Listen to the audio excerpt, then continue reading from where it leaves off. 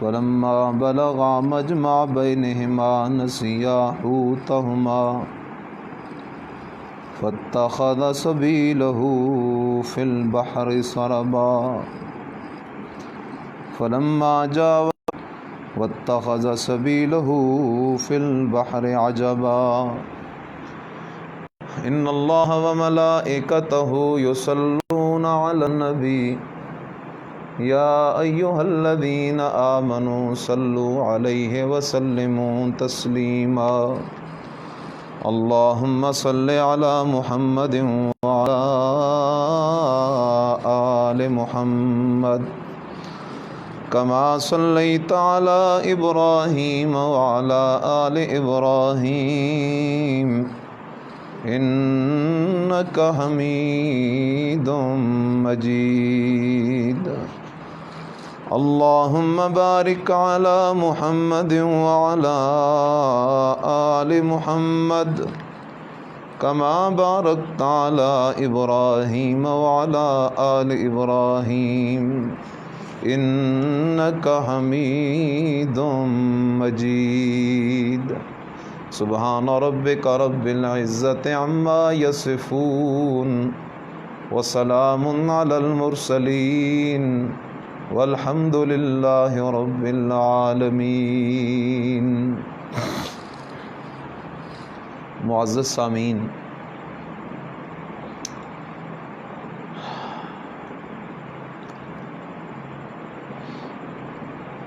ماہ رمضان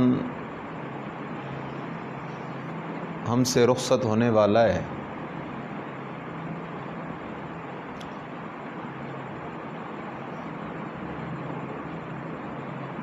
اور ہم نے اس مہمان کا جتنا احترام کیا، ہر بندے کو اپنے اپنے حساب سے اللہ کے خزانوں سے اجر اور ثواب ضرور مل جائے گا، لیکن کم از کم جو 4 یا 5 دن باقی ہیں، 4 یا 5 راتیں باقی ہیں، جن میں غالب گمان ہے کہ ایک شب قدر کی رات بھی ہوگی، تو مجھے اور آپ سب کو کوشش کرنی چاہیے کہ اگر پہلے کوتاہی ہو گئی تو اس کا ہم ازالہ کریں، اور یہ آئندہ آنے والی 4-5 راتوں میں ڈٹ کے اپنے رب کی عبادت بھی کریں اور اپنے رب سے اپنے گناہوں کی معافیاں بھی مانگیں، اپنے رب کو منائیں، اپنے رب کو راضی کریں۔ بندہ سچے دل سے جب رب کو راضی کرنے کی نیت کر لیتا ہے تو بندے کے معافی مانگنے میں تو دیر ہے، رب کے معاف کرنے میں دیر نہیں ہے۔ رب بڑا مہربان ہے۔ میں نے جو آپ کے سامنے قرآن کا مقام پڑھا سورہ کہف ہے، اور اس میں اللہ نے ایک عجیب واقعہ ذکر کیا ہے۔ واقعہ یہ ہے کہ حضرت موسیٰ علیہ السلام ایک دن اپنی قوم کو واعظ فرما رہے تھے، کسی سائل نے کھڑے ہو کر سوال کیا، اے موسیٰ، کیا اس وقت اور اس زمانے میں آپ سے زیادہ علم والا کوئی ہے؟ حضرت موسیٰ علیہ السلام نے جواب دیا، لا، مجھ سے زیادہ علم والا اس وقت اور اس زمانے میں کوئی بھی نہیں۔ موسیٰ علیہ السلام کا یہ جواب اپنی جگہ بجا تھا، درست تھا، کیونکہ نبی جب قوم میں دنیا میں موجود ہوتا ہے تو نبی کی موجودگی میں نبی سے زیادہ علم کسی اور کے پاس نہیں ہوتا۔ لیکن اللہ کو یہ ادا ذرا پسند نہ آئی۔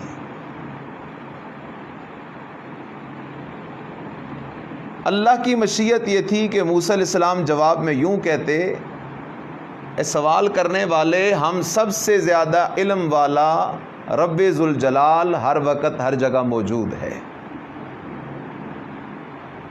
علم کی نسبت اللہ کی طرف کرتے، کیونکہ نبیوں اور ولیوں کا یہ مزاج رہا ہے کہ وہ ہر کمال کی نسبت اللہ کی طرف کرتے ہیں، اپنی طرف نہیں کرتے۔ جیسے سورہ مریم میں ہے، مریم کے کمرے میں بے موسم پھل پڑے ہوئے تھے، حضرت زکریا علیہ السلام نے پوچھا مریم انا لک ھذا، تیرے پاس بے موسم پھل کدھر سے آئے؟ تو پیاری مریم کا ہاتھ یوں ہو گیا، کہنے لگی من عند اللہ، یہ اللہ کے خزانوں سے آئے ہیں، یعنی بے موسم پھلوں کے موجود ہونے میں میرا کوئی کمال نہیں، سارا کمال میرے رب کا ہے۔ خیر موسیٰ علیہ السلام نے فرمایا نہیں، مجھ سے زیادہ علم والا کوئی نہیں۔ اللہ تعالیٰ نے حضرت موسیٰ علیہ السلام کو حکم دیا آپ سفر شروع کریں، اور ایک بندہ ہے نام اس کا ہے حضرت خضر علیہ السلام، اس کے پاس جائیں اور اس سے اور علم حاصل کریں، اس کے پاس جا کے آپ نے اور علم حاصل کرنا ہے۔ بس اللہ کا حکم آ گیا، موسیٰ علیہ السلام بھی اپنا زادرہ اور سامان اٹھا کر چل پڑے، اور ساتھ اپنے ایک ساتھی کو لیا، اس کو لے کر یوشع بن نون کو لے کر ساتھ چل پڑے۔ دونوں پیر مرید اور اللہ کا نبی حضرت موسیٰ علیہ السلام چلتے جا رہے ہیں، چلتے جا رہے ہیں، چلتے جا رہے ہیں۔ اللہ نے نشانی یہ بتائی تھی کہ ساتھ ایک مچھلی اٹھا لو، جہاں مچھلی زندہ ہو کے دریا میں چھلانگ لگائے گی وہاں میرا بندہ موجود ہوگا، وہاں اس سے ملاقات کر لینا۔ بس انہوں نے وہ مچھلی اٹھا لی اور یہ چل پڑے۔ اللہ کے قرآن نے اب یہاں سے تذکرہ کیا ہے، دونوں چلتے گئے چلتے گئے چلتے گئے، اور ایک مقام ایسے آیا کہ حضرت موسیٰ علیہ السلام کو تھکاوٹ محسوس ہوئی، آپ لیٹ گئے، آرام کرنے لگے، اور آپ سوئے ہوئے تھے کہ اسی دوران وہ مچھلی زندہ بھی ہوئی۔ مچھلی نے دریا میں چھلانگ لگائی، اور جہاں مچھلی نے چھلانگ لگائی وہاں ایک سرنگ بن گئی، دریا کے پانی کے اندر ایک رستہ بن گیا۔ لیکن جب موسیٰ علیہ السلام بیدار ہوئے، نیند سے اٹھے، تو ساتھ جو ساتھی تھا اسے بھی یاد نہ رہا، اور موسیٰ علیہ السلام اور ساتھ والا ساتھی حضرت یوشع دونوں دوبارہ چل پڑے، آگے سفر کرتے گئے کرتے گئے کرتے گئے، حالانکہ سٹاپ پیچھے رہ گیا ہے، اور کافی آگے چلے تو حضرت موسیٰ علیہ السلام نے فرمایا ساتھی مجھے تو بڑی تھکاوٹ پہنچ گئی ہے، میں تھک گیا ہوں اس سفر سے، بھوک بھی لگ گئی ہے، لے آ کچھ کھانا کھا لیں۔ اس وقت اس ساتھی کو یاد آیا حضرت ہم تو بہت آگے نکل آئے ہیں، وہ پیچھے جہاں آپ سو رہے تھے وہی سٹاپ تھا، مچھلی زندہ ہو کے دریا میں چلی گئی تھی، مجھے تو بھول ہی گیا، آپ کو یاد نہیں کروا سکا۔ اور دونوں نے واپسی کا سفر شروع کیا۔ رب کے قرآن نے اب اس سارے معاملے کا ذکر کیا ہے۔ وَإِذْ قَالَ مُوسَىٰ لِفَتَاهُ، اور جب فرمایا موسیٰ علیہ السلام نے اپنے نوجوان ساتھی کو، اے میرا ساتھی لا ابرح حتیٰ ابلغ مجمع البحرین، ہم چلتے رہیں گے چلتے رہیں گے یہاں تک کہ اس جگہ پہنچ جائیں جہاں دو دریا اکٹھے ہو رہے ہیں، دریاؤں کا سنگم ہے، اس مقام تک ہم دریا کے کنارے چلتے رہیں گے۔ او امضی حقبا، یا گزر جائے ایک زمانہ، مجھے اللہ کی طرف سے آرڈر ہے کہ آپ چلتے جائیں چلتے جائیں، اور حضرت خضر علیہ السلام کے پاس پہنچے، ان سے علم حاصل کریں۔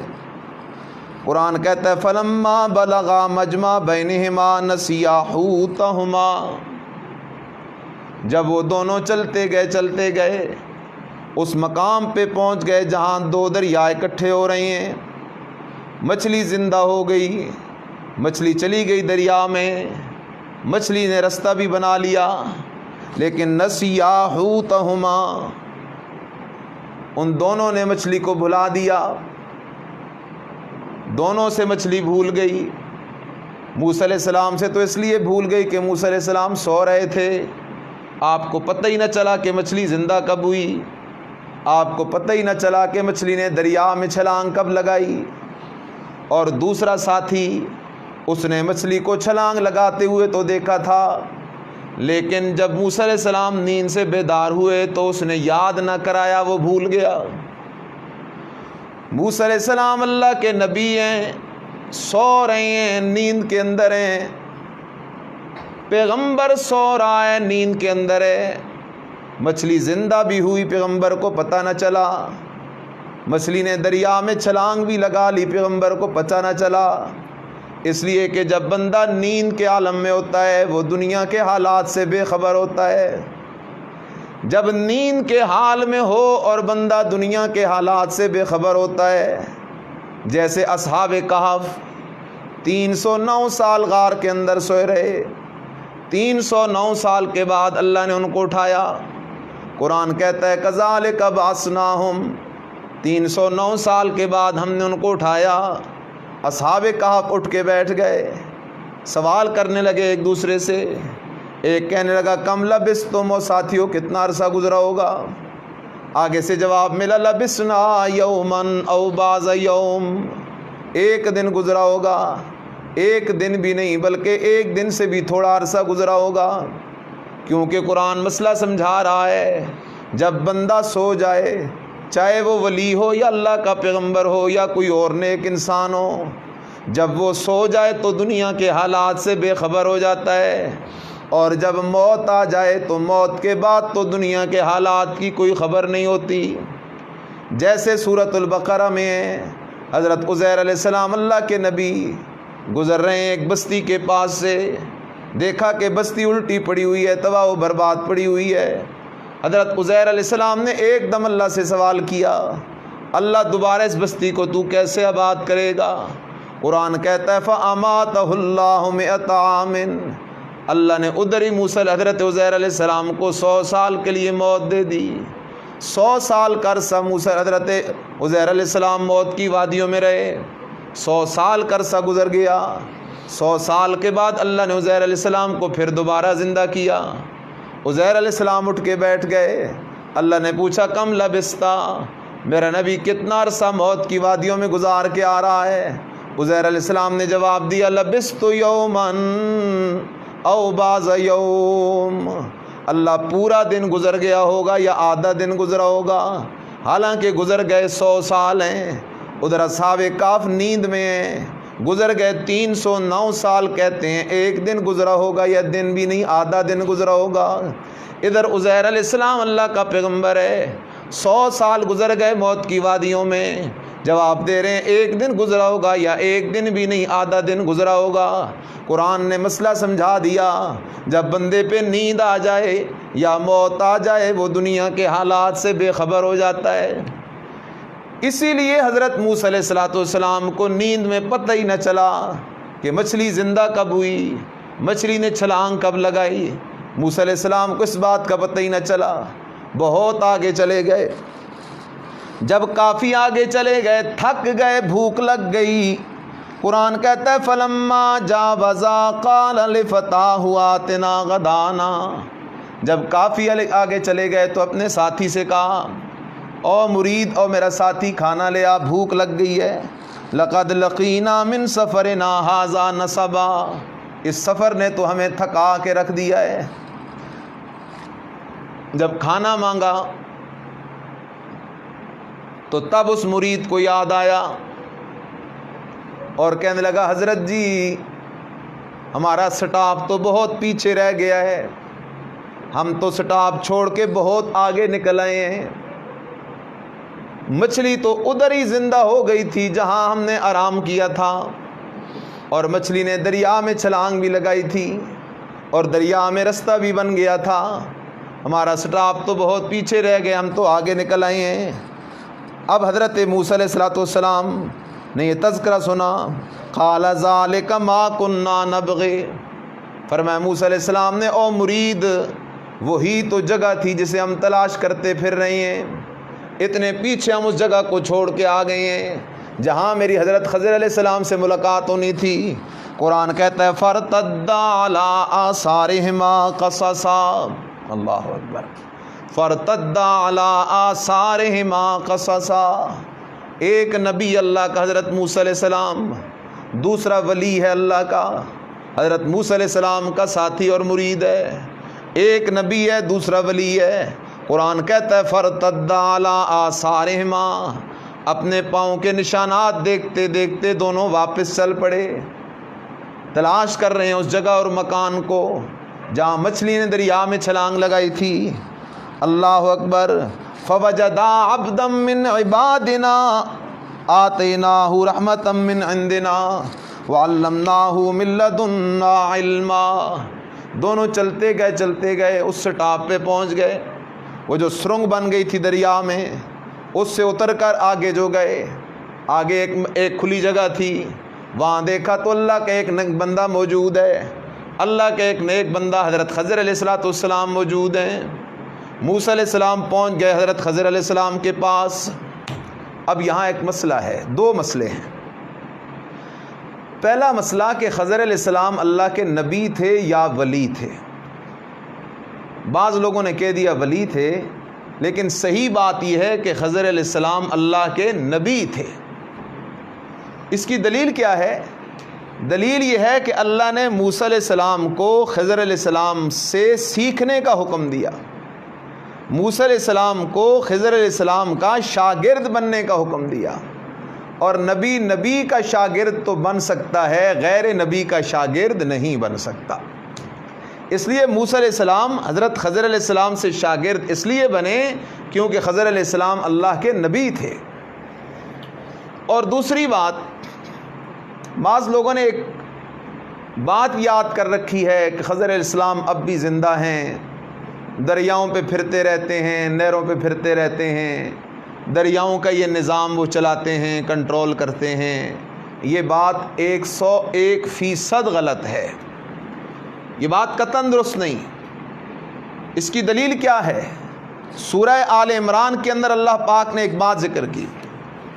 وہاں اللہ نے ایک عجیب ایک مسئلہ ذکر کیا. اللہ تعالیٰ نے سارے انبیاء سے ایک وعدہ لیا. وَإِذْ أَخَذَ اللَّهُ مِيثَاقَ النَّبِيِّينَ. اللہ تعالیٰ نے سارے نبیوں سے ایک وعدہ لیا. کون سا وعدہ؟ وَإِذْ أَخَذَ اللَّهُ مِيثَاقَ النَّبِيِّينَ، سورہ آل عمران آیت نمبر 81. وَإِذْ أَخَذَ اللَّهُ مِيثَاقَ النَّبِيِّينَ، اور لیا اللہ نے ایک وعدہ اپنے نبیوں سے. کیا وعدہ ہے؟ فرمایا لَمَا آتَيْتُكُم مِّن كِتَابٍ وَحِكْمَةٍ، او میرے نبیو تم میں سے ہر ایک کو اس کے نمبر پر میں نبوت بھی دوں گا، رسالت بھی دوں گا. لیکن ثُمَّ جَاءَكُمْ رَسُولٌ، پھر تم سب سے آخر کے اندر ایک رسول آئے گا تو سب سے آخر میں، لیکن شان میں اس کا نمبر سب سے پہلا ہوگا. آئے گا تو سب سے آخر میں، لیکن عزت میں اس کا نمبر سب سے پہلا ہوگا. آئے گا تو سب سے آخر میں، لیکن میں اللہ کے محبوب ہونے میں اس کا نمبر سب سے پہلا ہوگا. آئے گا تو سب سے آخر میں، لیکن سید الانبیاء ہوگا. آئے گا تو سب سے آخر میں، لیکن امام الانبیاء ہوگا. آئے گا تو سب سے آخر میں، لیکن خاتم الانبیاء ہوگا. آئے گا تو سب سے آخر میں، لیکن اللہ کا محبوب ہوگا. آئے گا تو سب سے آخر میں، لیکن صاحب قرآن ہوگا. آئے گا تو سب سے آخر میں، لیکن صاحب معراج ہوگا. او نبیو تم سب کو نبوت دوں گا، لیکن تم سب سے آخر کے اندر ایک سب سے زیادہ شان والا رسول آئے گا. اگر وہ رسول آ جائے اور تم میں سے کوئی اس رسول کے زمانے میں زندہ دنیا میں موجود ہو تو پھر تم نے دو کام کرنے. اگر وہ آخری رسول آ جائے، محمد بن عبداللہ آ جائے، اور تم میں سے کوئی دنیا کے اندر زندہ موجود ہو تو او نبیو میرے ساتھ وعدہ کرو، پھر تم نے دو کام کرنے ہیں. کون سے دو کام؟ فرمایا لَتُؤْمِنُنَّ بِهِ وَلَتَنْصُرُنَّهُ، تم نے اس رسول پر ایمان بھی لانا ہے، اس کے پاس جا کر اس کا کلمہ بھی پڑھنا ہے. وَلَتَنْصُرُنَّهُ، اور تم نے اس کی نصرت بھی کرنی ہے، مدد بھی کرنی ہے. جب وہ بدر میں جائے گا تم ساتھ جاؤ گے، احد میں جائے گا تم ساتھ جاؤ گے، تبوک میں جائے گا تم ساتھ جاؤ گے، حنین میں جائے گا تم ساتھ جاؤ گے، مکہ سے مدینے کی طرف ہجرت کرے گا تم ساتھ جاؤ گے، مصیبتیں تکلیفیں برداشت کرے گا تم ساتھ جاؤ گے۔ لَتُؤْمِنُنَّ بِهِ وَلَتَنْصُرُنَّهُ، تم نے اس نبی پہ ایمان بھی لانا ہے اور اس کی نصرت بھی کرنی ہے۔ پھر اللہ پاک نے نبیوں سے پوچھا أَأَقْرَرْتُمْ وَأَخَذْتُمْ عَلَى ذَلِكُمْ مِصْرِي، اور رسولو کیا تم اس وعدے کا اقرار کرتے ہو، اس وعدے پہ پکے رہو گے؟ سارے رسولوں نے جواب دیا اقررنا، اللہ ہم نے اس وعدے کا اقرار کیا، ہم اپنے وعدے پر پکا رہیں گے۔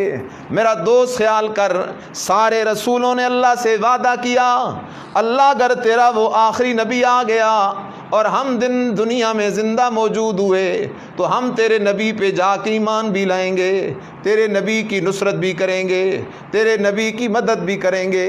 لیکن میرے مرشد امام الانبیاء محمد الرسول اللہ صلی اللہ علیہ وسلم کی زندگی میں کوئی نبی بھی نہیں آیا جس نے آ کر نبی علیہ السلام پر ایمان لایا ہو۔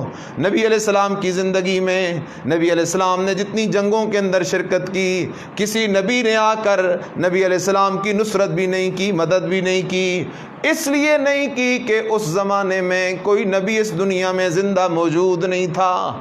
اگر نبی اس دنیا میں موجود ہوتا تو نبی ضرور اللہ کے ساتھ کیے ہوئے وعدے کو پورا کرتا اور آ کے نبی علیہ السلام پہ ایمان بھی لاتا، نبی علیہ السلام کی مدد اور نصرت بھی کرتا۔ لیکن کوئی نبی آیا بھی نہیں اور کسی نبی نے نبی علیہ السلام کی مدد اور نصرت کی بھی نہیں۔ اس کی یہی ایک وجہ ہے کہ نبی علیہ السلام کے آنے سے پہلے سارے نبی موت کا جام پی کے اللہ کے ہاں جنت میں پہنچ گئے تھے، اور حضرت عیسیٰ علیہ الصلوۃ والسلام دنیا سے اٹھا لیے گئے تھے اور وہ بھی جنت کے اندر ڈیرے لگائے ہوئے تھے، دنیا کے اندر کوئی نبی نہیں تھا۔ حضرت موسیٰ علیہ السلام پہنچ گئے حضرت خضر علیہ السلام کے پاس۔ اب موسیٰ علیہ السلام نے خضر علیہ السلام سے درخواست کی، حضرت مجھے داخلہ چاہیے، آپ سے کچھ پڑھنا چاہتا ہوں، آپ سے کچھ سیکھنا چاہتا ہوں۔ حضرت خضر علیہ السلام نے آگے سے فرمایا اِنَّكَ لَن تَسْتَطِيعَ مَعِيَ صَبْرًا، اے موسیٰ تو میرے ساتھ گزارا نہیں کر سکتا، لہٰذا میں تجھے داخلہ نہیں دیتا۔ موسیٰ علیہ السلام نے کہا حضرت مجھے داخلہ چاہیے، میں بڑے دور سے آیا ہوں، بڑا پیدل چل کے آیا ہوں، اس لیے مجھے داخلہ دے دیں، میں آپ سے کچھ سیکھنا چاہتا ہوں، اللہ نے حکم کیا ہے۔ خضر علیہ السلام نے فرمایا اِنَّكَ لَن تَسْتَطِيعَ مَعِيَ صَبْرًا، تو میرے ساتھ گزارا نہیں کر سکے گا۔ کیوں نہیں کر سکے گا؟ اس لیے کہ تیرے پاس شریعت کا علم ہے، میرے پاس تکوینی علم ہے، میرے پاس تکوینی علم ہے، مجھے اللہ آرڈر کر دیتا ہے تو یوں کر، میں کر دیتا ہوں، تیری شریعت اور میرے علم کے درمیان ٹکراؤ آ جائے گا اور تو خاموش نہیں رہ سکے گا۔ اِنَّكَ لَن تَسْتَطِيعَ مَعِيَ صَبْرًا۔ حضرت موسیٰ علیہ السلام نے فرمایا سَتَجِدُنِی إِن شَاءَ اللَّهُ صَابِرًا وَلَا أَعْصِي لَكَ أَمْرًا، سَتَجِدُنِی إِن شَاءَ اللَّهُ صَابِرًا، اے حضرت خضر علیہ السلام ان قریب آپ مجھے صبر کرنے والا پائیں گے، میں صبر سے کام لوں گا، برداشت سے کام لوں گا اور آپ کی نافرمانی نہیں کروں گا، آپ کو پریشان نہیں کروں گا۔ حضرت خضر علیہ السلام نے فرمایا فَإِنِ اتَّبَعْتَنِی فَلَا تَسْأَلْنِی عَنْ شَيْءٍ حَتَّى أُحْدِثَ لَكَ مِنْهُ ذِکْرًا۔ حضرت خضر علیہ السلام نے داخلے کے لیے شرط لگا دی، جس طرح ہر جگہ داخلوں کی کچھ شرطیں ہوتی ہیں۔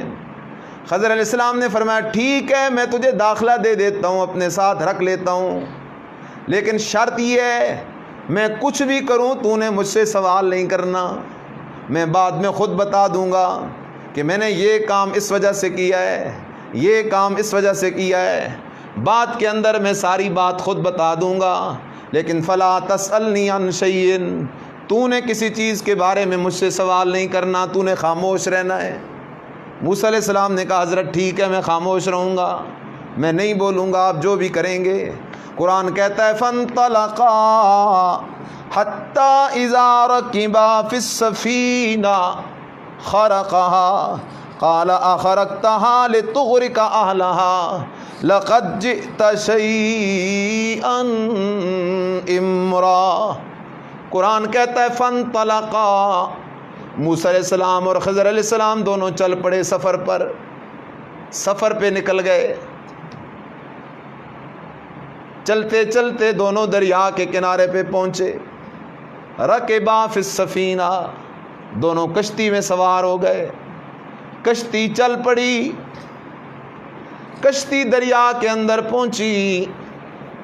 مفسرین نے ایک بات لکھی ہے، ایک چڑیا آ گئی اور چڑیا آ کے کشتی کے کنارے پہ بیٹھ گئی، اور اس چڑیا نے دریا کے اندر چونچ ماری اور دریا سے تھوڑا سا پانی اپنی چونچ میں لے لیا۔ حضرت خضر علیہ السلام نے حضرت موسیٰ علیہ السلام سے سوال کیا، یہ چڑیا آئی ہے، اس نے دریا سے تھوڑا سا پانی لیا ہے، یہ چڑیا کیوں آئی ہے، اس میں کیا حکمت ہے؟ حضرت موسیٰ علیہ السلام نے فرمایا مجھے کوئی پتہ نہیں۔ خضر علیہ السلام نے فرمایا اے موسیٰ، تو بھی اللہ کا نبی، میں بھی اللہ کا نبی، اور تجھے اللہ نے حکم دیا ہے کہ جا خضر علیہ السلام کے پاس اور علم سیکھ کے آ۔ اللہ پاک نے یہ چڑیا بھیج دی ہم دونوں کو یہ بات سمجھانے کے لیے کہ اے میرے نبیو، تمہیں میں اللہ نے بڑا علم دیا ہے، بڑا علم دیا ہے، بڑا علم دیا ہے، لیکن میں اللہ کے علم کے مقابلے میں تمہارا علم ایسے ہی ہے جیسے دریا کے مقابلے میں وہ پانی جو چڑیا کے منہ میں ہے، اس لیے کہ اللہ کے علم کی ابتدا بھی کوئی نہیں، انتہا بھی کوئی نہیں۔ اللہ کا علم لا محیط ہے، اللہ کا علم حد سے پاک ہے۔ یہ سبق سمجھانے کے لیے اللہ نے چڑیا بھیج دی ہے۔ پھر کشتی چل پڑی، کشتی جو دریا کے درمیان میں پہنچی، حضرت خضر علیہ السلام نے کشتی کے ایک تختہ کھینچا کشتی کا، اور تختہ نکال دیا، نئی کشتی، اور نئی کشتی کا تختہ خضر علیہ السلام نے توڑ دیا۔ حالانکہ اس کشتی والوں نے کرایہ بھی نہیں لیا تھا، مفت میں لے کر جا رہے تھے دوسرے کنارے۔ ایک تو کشتی والوں نے کرایہ نہیں لیا، دوسرا نئی کشتی ہے، اور تیسرا خضر علیہ السلام نے اس نئی کشتی کا تختہ نکال دیا۔ کشتی والے خاموش ہیں، کیونکہ وہ روزانہ موسیٰ علیہ السلام حضرت خضر علیہ السلام کے ایسے کام دیکھتے رہتے تھے۔ وہ سمجھتے تھے کہ یہ اللہ کا نبی ہے، اللہ کے حکم سے جو کرتا ہے، کسی کے ساتھ زیادتی نہیں کرتا۔ لیکن حضرت موسیٰ علیہ السلام خاموش نہ رہے، ایک دم حضرت موسیٰ علیہ السلام بول پڑے اور فرمایا قال اخرقتها لتغرق اهلها لقد جئت شيئا امرا۔ اے حضرت خضر، اے استاذ محترم، آپ نے کشتی کا تختہ نکال دیا، ایک تو انہوں نے آپ سے اور مجھ سے کرایہ نہیں لیا، اوپر سے آپ نے اس کشتی کا تختہ نکال دیا۔ کیا آپ ساری کشتی والوں کو ڈبونا چاہتے ہیں؟ ہم سب کو غرق کرنا چاہتے ہیں تختہ نکال کر؟ ایک دم آگے سے حضرت خضر علیہ السلام نے فرمایا الم اقل لک انک لن تستطیع معی صبرا۔ اے موسیٰ، کیا میں نے تجھے نہیں کہا تھا کہ تو میرے ساتھ گزارا نہیں کر سکے گا؟ تو نے اس شرط کی مخالفت کی ہے۔ میں نے شرط لگائی تھی کہ جب تک میں خود نہ بتاؤں اس وقت تک تو نے سوال نہیں کرنا، اور تو نے سوال کر دیا ہے۔ میں نے کہا تو تھا تو میرے ساتھ نہیں رہ سکے گا، میرے ساتھ تو صبر نہیں کر سکے گا۔ اب سوال ہے موسیٰ علیہ السلام کیوں بولے؟ جواب یہ ہے، نبی وہ ہوتا ہے جب حق بات کرنے کا موقع آتا ہے تو نبی خاموش نہیں رہتا۔ ساری دنیا مخالف ہو جائے، نبیوں پہ ظلم و ستم کے پہاڑ توڑ دیے جائیں، نبی سب کچھ تو برداشت کر لیتے ہیں، لیکن حق بات کہنے سے باز نہیں آتے۔ اس لیے حضرت موسیٰ علیہ السلام بول پڑے اے حضرت خضر، تو نے کیوں یہ تختہ توڑ دیا؟ ایک تو ان لوگوں نے کرایہ نہیں لیا، احسان کے بدلے میں احسان ہوتا ہے، تو نے تو احسان کے بدلے میں نقصان کر دیا۔ اور دوسری بات کہ غرق ہونے کا خطرہ ہے، تختہ نکالے گا۔ حضرت خضر علیہ السلام نے فرمایا الم اقل انک لن تستطیع معی صبرا۔ حضرت موسیٰ علیہ السلام نے فرمایا ٹھیک ہے، میں آئندہ سوال نہیں کروں گا۔ پھر دونوں چل پڑے۔ فانطلقا حتی اذا لقیا غلاما فقتلہ، دریا سے نکلے، چل پڑے، رستے کے اندر دیکھا تو ایک خوبصورت نوجوان بچہ ہے۔ حضرت خضر علیہ السلام نے اس نوجوان بچے کی گردن پہ ہاتھ رکھا اور اس نوجوان بچے کو ادھر ہی قتل کر دیا۔ نوجوان بچے کو خضر علیہ السلام نے ادھر ہی قتل کر دیا۔ پھر حضرت موسیٰ علیہ السلام خاموش نہ ہوئے۔ موسیٰ علیہ السلام نے پھر فرمایا اقتلت نفسا زکیۃ بغیر نفس لقد جئت شیئا نکرا۔ اے حضرت خضر، یہ تو نے کیا کیا ہے؟ بے گناہ بچے کو قتل کر دیا ہے، خامخواہ تو نے اس کے ساتھ زیادتی کر دی ہے۔ پھر حضرت خضر نے فرمایا الم اقل لک انک لن تستطیع معی صبرا۔ اے موسیٰ، کیا میں نے نہیں کہا تھا کہ تو میرے ساتھ گزارا نہیں کر سکتا؟ پھر تو نے سوال کر دیا۔ حضرت موسیٰ علیہ السلام نے کہا اچھا ٹھیک ہے، ایک مہلت اور دے دو، میں سوال نہیں کروں گا۔ اگر تیسری دفعہ میں نے سوال کیا تو مجھے چھٹی دے دینا، پھر میں آپ کو تنگ نہیں کروں گا۔ دونوں چل پڑے۔ اللہ کا قرآن کہتا ہے فانطلقا حتی اذا اتیا اہل قریہ، دونوں چل پڑے اور چلتے ایک بستی میں پہنچے۔ دونوں کو بھوک بھی لگی ہوئی ہے۔ استطعما اہلہا، بستی والوں سے کھانا مانگا، بستی والوں کھانا دے دو، لیکن بستی والے بھی بڑے عجیب تھے۔ فابوا ان یضیفوہما، بستی والوں نے کھانا دینے سے انکار کر دیا، بستی والوں نے کھانا ہی کوئی نہیں دیا۔ دونوں نبی بستی والوں سے کھانا مانگ رہے ہیں لیکن بستی والوں نے کھانا ہی کوئی نہیں دیا۔ لیکن حضرت خضر علیہ السلام نے دیکھا کہ ایک دیوار ہے اس بستی میں، اور وہ دیوار گر رہی ہے، پتہ نہیں کس کی دیوار ہے۔ حضرت خضر علیہ السلام نے موسیٰ علیہ السلام سے فرمایا گارا تیار کرو، پتھر لانے شروع کرو۔ اس دیوار کو تھوڑا گرا دیا اور اس دیوار کو دوبارہ تعمیر کرنا شروع کر دیا۔ حضرت خضر اور موسیٰ علیہ السلام دونوں وہ دیوار تعمیر کرتے جا رہے ہیں، دیوار کی تعمیر ہو رہی ہے۔ حضرت موسیٰ علیہ السلام کو جب بھوک نے زیادہ ستایا، تنگ کیا، تو موسیٰ علیہ السلام نے فرمایا لو شئت لاتخذت علیہ اجرا۔ اے حضرت خضر، اگر تو چاہتا تو اس دیوار بنانے کی مزدوری میں کھانا منگوا لیتا، کچھ کھانا تو کھا لیتے۔ ایک طرف بھوک ہے اور دوسری طرف ہم ان کی دیوار بنا رہے ہیں، یہ کیا معاملہ ہے؟ حضرت خضر علیہ السلام نے فرمایا ھذا فراق بینی و بینک، اے موسیٰ تیرے اور میرے درمیان اب یہ فراق ہے، جدائی ہے، اب میں اور تو زیادہ اکٹھے نہیں چل سکتے، اب معاملہ ختم ہو گیا، تو یہاں سے واپس چل۔ لیکن واپس جانے سے پہلے سمجھ تو صحیح، میں نے دریا کے اندر کشتی کا تختہ کیوں نکالا تھا، سمجھ تو صحیح میں نے اس بچے کو قتل کیوں کیا تھا، سمجھ تو صحیح میں نے وہ دیوار کیوں تعمیر کی تھی۔ میں نے یہ تینوں کام اپنے رب کے آرڈر سے کیے تھے، اس لیے یہ تینوں کام کیے تھے کہ کشتی بالکل نئی تھی اور کشتی کے جو مالک تھے وہ یتیم نوجوان تھے، ان غریبوں کی وہ نئی کشتی تھی، اور دریا کے دوسرے کنارے ایک ظالم بادشاہ بیٹھا ہوا تھا، ایک ڈاکو بیٹھا ہوا تھا، جو بھی نئی کشتی ہوتی تھی وہ اس نئی کشتی کو غصب کر لیتا تھا، قبضہ کر لیتا تھا۔ تو میں نے اللہ کے حکم سے کشتی کو توڑ دیا تاکہ کشتی کا ایک تختہ نکلا ہوا ہوگا اور وہ ڈاکو اس کشتی کو قبضہ نہیں کرے گا۔ اس کے اندر ان نوجوانوں کی بھلائی تھی۔ آگے جو آیا تو ایک نوجوان بچہ میں نے قتل کیا، کیوں؟ وہ نوجوان بچہ میں نے اس لیے قتل کیا کہ اس کے ماں باپ بڑے نیک لوگ تھے۔ وَأَمَّا الْغُلَامُ فَكَانَ أَبَوَاهُ مُؤْمِنَيْنِ فَخَشِينَا أَن يُرْهِقَهُمَا طُغْيَانًا وَكُفْرًا، اس کے ماں باپ بڑے نیک ہیں، لیکن اگر یہ بچہ جوان ہوتا اور یہ گمراہ بنتا، اللہ کے علم میں تھا، تو یہ بڑا ہو کر اپنے ماں باپ کو بھی گمراہ کر دیتا، اپنے ماں باپ کو بھی گمراہ کر دیتا۔ اس لیے اللہ نے آرڈر دیا کہ بڑا ہونے اور جوان ہونے سے پہلے اس کا گلا دبا دو، تاکہ نہ یہ بڑا ہو اور نہ ہی اپنے ماں باپ کو گمراہ کرے۔ میں نے اللہ کے حکم اور آرڈر سے اس بچے کا گلا دبا دیا اور اس کو میں نے قتل کر دیا۔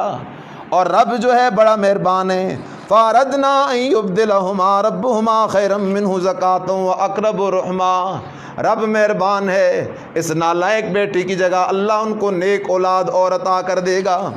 اور تیسرا نمبر، وَأَمَّا الْجِدَارُ، جو دیوار ہم نے تعمیر کی ہے، فَكَانَ لِغُلَامَيْنِ يَتِيمَيْنِ فِي الْمَدِينَةِ، شہر کے اندر 2 یتیم بچے ہیں، وہ دونوں ابھی تک نابالغ ہیں، ان کا والد فوت ہو چکا ہے، وَكَانَ أَبُوهُمَا صَالِحًا، اور ان کا باپ بڑا نیک آدمی تھا جو مر گیا ہے۔ وہ باپ بڑا نیک آدمی تھا اور بچے ابھی تک چھوٹے ہیں، نابالغ ہیں، اور اس دیوار کے نیچے ایک خزانہ دبایا گیا ہے۔ ان کے باپ نے اپنے بچوں کے لیے اس دیوار کے نیچے ایک خزانہ دبایا ہوا تھا۔ اب بچے نابالغ اور چھوٹے ہیں، اگر یہ دیوار گرتی جاتی تو خزانہ نکل آتا، ظاہر ہو جاتا۔ یہ نابالغ بچے اس خزانے کو ضائع کر دیتے، نقصان کر دیتے، یا کوئی اور ان سے وہ خزانہ کھا جاتا۔ اللہ پاک نے مجھے حکم کیا کہ ان کا باپ چونکہ بڑا نیک آدمی تھا، اور اللہ نیک لوگوں کی اولاد کی حفاظت بھی خود کیا کرتا ہے، نیک لوگوں کی اولاد کی حفاظت، گھر بار کی حفاظت اللہ خود کیا کرتا ہے، اس لیے مجھے میرے اللہ نے آرڈر کیا کہ اس دیوار کو دوبارہ تعمیر کر دیا جائے، تاکہ جب یہ دیوار کھڑی رہے اور یہ بچے بڑے ہو جائیں، جوان ہو جائیں، اور پھر اس دیوار کے نیچے سے خزانہ نکال کر اپنی ضروریات کے اندر اس کو استعمال کر لیں۔ یہ تینوں کام میں نے اللہ کے آرڈر سے کیے تھے۔ آگے حضرت خضر علیہ السلام فرماتے ہیں، فَأَرَادَ رَبُّكَ أَن يَبْلُغَا أَشُدَّهُمَا وَيَسْتَخْرِجَا كَنزَهُمَا رَحْمَةً مِّن رَّبِّكَ۔ آگے فرمایا، وَمَا فَعَلْتُهُ عَنْ أَمْرِي ذَلِكَ تَأْوِيلُ مَا لَمْ تَسْتَطِعْ عَلَيْهِ صَبْرًا۔ اب سوال ہے، کئی لوگ کہہ دیں گے دیکھو جی نبی تو غیب دان ہوتے ہیں، آئندہ کے حالات کو جانتے ہیں، کیسے؟ کہیں گے حضرت خضر علیہ السلام نے تختہ اس لیے نکالا کہ ان کو اگلے حالات کا پتہ چل گیا تھا کہ دریا کے دوسرے کنارے ایک ڈاکو بیٹھا ہوا ہے۔ حضرت خضر علیہ السلام نے اس بچے کا گلا دبا دیا، کیوں؟ ان کو پہلے پتہ چل گیا کہ بڑا ہو کر یہ گمراہ ہوگا۔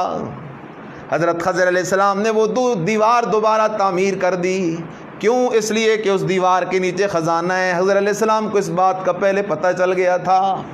لیکن خیال کر میرا دوست، اگر خضر علیہ السلام کا علم غیب ان آیتوں سے ثابت کرتا ہے تو ساتھ موسیٰ علیہ السلام سے نفی کرنی پڑے گی، کیونکہ خضر علیہ السلام کو تو ان باتوں کا پتہ چلا لیکن موسیٰ علیہ السلام کو ان باتوں کا پتہ نہ چلا۔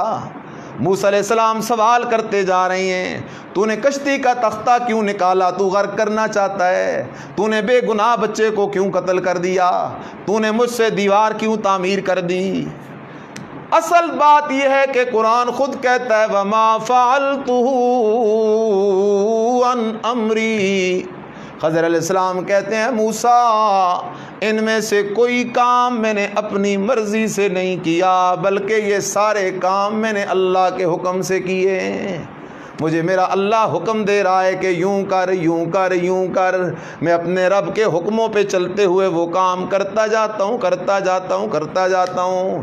نہیں تو قرآن کا مسئلہ یہ ہے، وَمَا تَدْرِي نَفْسٌ مَاذَا تَكْسِبُ غَدًا، کل کیا ہونے والا ہے، شام کو کیا ہونے والا ہے، 1 گھنٹے بعد کیا ہونے والا ہے، آدھے گھنٹے بعد کیا ہونے والا ہے، 1 منٹ کے بعد کیا ہونے والا ہے، ان سارے معاملات کو جاننے والا صرف اور صرف اکیلا اللہ ہے، اللہ کے سوا کوئی بھی نہیں جانتا۔ عرض یہ کر رہا ہوں، رمضان کی آخری گھڑیاں ہیں اور اللہ کو راضی کرنے کا وقت ہمارے پاس تھوڑا رہ گیا ہے، اس لیے میں بھی اس بات کا عزم کرتا ہوں، ارادہ کرتا ہوں، یہ جو چند دن رہ گئے ہیں ان دنوں کے اندر ہم نے سستی نہیں کرنی، کوتاہی نہیں کرنی، بلکہ دن کے اندر اور رات کے اندر جتنا ہم سے ہو سکے گا ہم اللہ کی عبادت کریں گے، راتوں کو جاگنے کی کوشش کریں گے، صرف جاگنے کی نہیں، جاگ کے اللہ کی عبادت کریں گے۔ صرف جاگنے کا فائدہ کوئی نہیں، بندہ جاگتا رہے، موبائل کے ساتھ کھیلتا رہے، یہ الٹا ثواب کی بجائے مصیبت ہے۔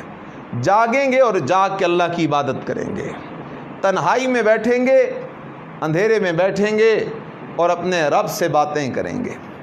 اور جب بندہ تنہائی میں بیٹھتا ہے نا تو خدا جانتا ہے، پتہ چلتا ہے میں اپنے رب سے باتیں کر رہا ہوں اور میرا رب میری باتوں کو سن رہا ہے۔